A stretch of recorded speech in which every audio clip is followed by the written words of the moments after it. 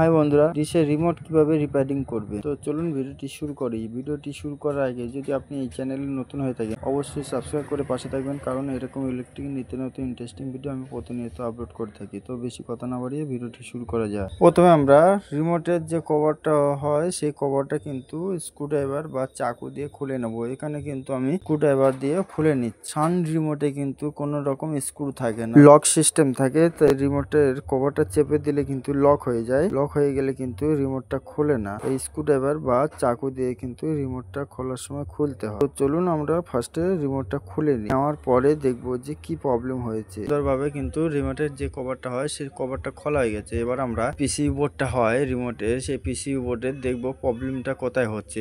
অনেক সময় কিন্তু রিমোটের যে স্প্রিং এর ঘাট গুলো থাকে এগুলো কিন্তু স্প্রিং কিন্তু ভিতর দিকে ঢুকে গেলে কিন্তু ব্যাটারি কানেকশনটা ইনপুট হয় না, যার জন্য করে কিন্তু রিমোট কাজ করে না। তো এর জন্য করে স্ক্রুড্রাইভার বা কিছু দিয়ে বার করে দিতে হবে। স্প্রিংটা দিলে কিন্তু ব্যাটারি কানেকশনটা খুব ইজি ভাবে নিতে পারে। রিমোটে আরেকটা জায়গায় প্রবলেম হয়, পিসি বোর্ডের সঙ্গে সোল্ডারিং করে থাকে স্প্রিংটা, ব্যাটারি কানেকশনের যে স্প্রিংটা থাকে সেই স্প্রিংটা সোল্ডারিং করা থাকে। অনেক সময় কি হয়, ব্যাটারি বারবার ঢুকালে বার করলে স্প্রিং এর সোল্ডারিং করা থাকে ওখানে কিন্তু যায় বা কেটে যায়, তার জন্য করে কিন্তু ব্যাটারি কানেকশনটা পায় না। তো এখানেও ঠিক সেম প্রবলেম হয়েছে যে বারবার ঢোকানো বার করানো করার জন্য কিন্তু যে সোল্ডারিং করা ছিল সেটা কিন্তু কেটে গেছে।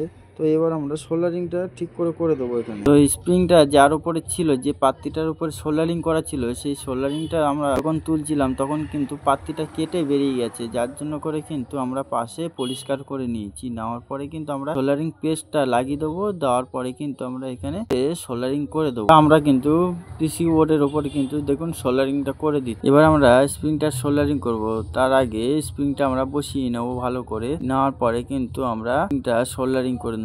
তো চলুন আমরা স্প্রিংটা সোল্ডারিং করে নিই। তো আমাদের কিন্তু সোল্ডারিং করা হয়ে গেছে। এবার আমরা ফিটিং করব। ফিটিং করার পরে কিন্তু আমরা দেখবো যে রিমোটটা চলছে কিনা। তো চলুন আমরা ফিটিংটা করে নিই।